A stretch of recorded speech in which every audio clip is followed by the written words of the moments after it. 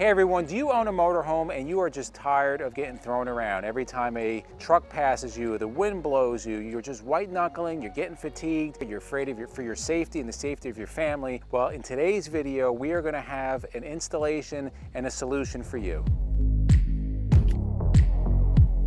Hey guys, it's Izzy from Endless RVing, the channel that brings you the best in RV DIYs, product reviews, RV tours, and so much more. If you're new to the channel, we invite you to subscribe below, hit the notification bell, and if you're back for another video, we thank you for joining us. So we finally built up enough funds. We are going to actually do probably the better upgrade to the cheap handling fix. That's going to be changing out the front anti-sway bar for the Roadmaster anti-sway bar. Now, the Roadmaster, widely accepted as one of the premier suspension upgrades for motorhomes. The one we got is going to be model number 1139148. That is going to be for the Ford F53 chassis, 24,000 to 26,000 pounds. Now keep in mind, these chassis come at different weight ratings. So the Roadmaster front anti-sway bar, it has a limited lifetime warranty. It is greatly bigger and heavier than the stock sway bar. The stock sway bar is made out of steel. The actual Roadmaster, it's 1 3/4 4140 chrome moly steel. It is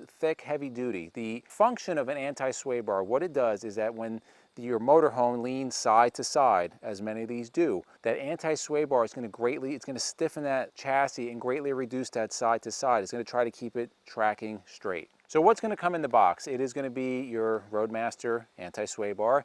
You're going to have new saddle brackets. You're going to have a new polyurethane bushings. You're going to have grease for those bushings, and then you're going to have bolts that are to be used to fasten on the new anti-sway bar. All right, so the tools you're going to need for this job, first and foremost, you're going to need safety goggles or safety glasses. You want to put your motorhome in park, emergency brake on, and then you're going to need a couple of things. All right, you're going to need a torque wrench, so you can torque the nuts, bolts down to spec. You're going to need a 18 millimeter and 15 millimeter wrench, and then I'm going to use an impact wrench with a 15 millimeter socket. I'm also going to be using some safety gloves, blue Loctite, and then hearing protection. So this can be done alone. I would recommend to do with 2 people. Both the stock sway bar and even more so the Roadmaster sway bar can be a little heavy. First thing you're going to do is you're going to go under the coach. You're going to want to remove the stock sway bar. So this is your stock sway bar. It's going to be attached to the axle with 2 bolts. Those are going to have to come out. And then you have your links over here. This is going to attach the sway bar up to the chassis. So we're going to have to remove this bolt, and same thing on the other side. And then these 2 bolts, this whole thing will come out, and then we'll replace it. So we're going to start by loosening up the bolts for the links. I'm going to use my impact tool.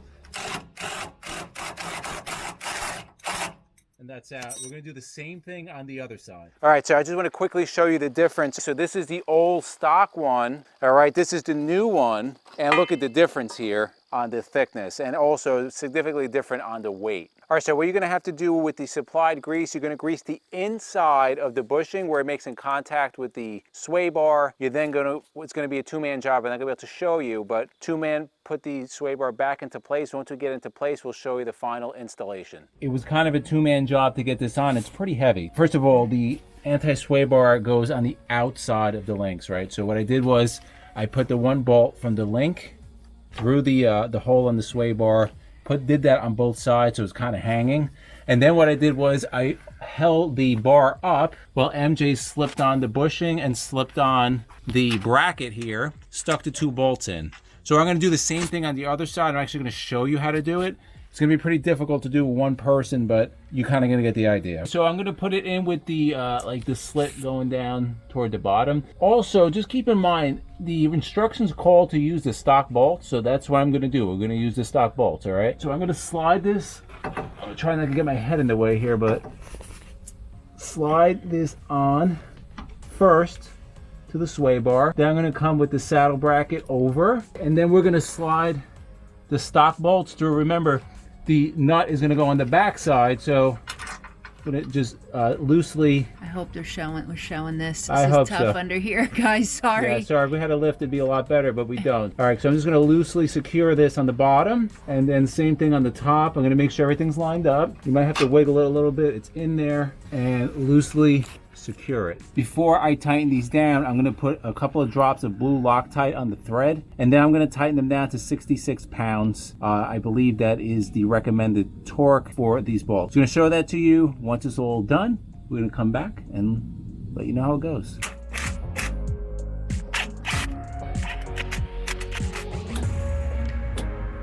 All right, we're finished up. Just make sure, again, blue Loctite on the threads and torque them down to spec, 66 pounds on the links. Last thing we're gonna do, look everything over. We're gonna take it out on a test drive, see if there's any difference, see if there's not. We don't know, we'll let you know. So we are now at the crossroad. I'm gonna wait till I have the right of way.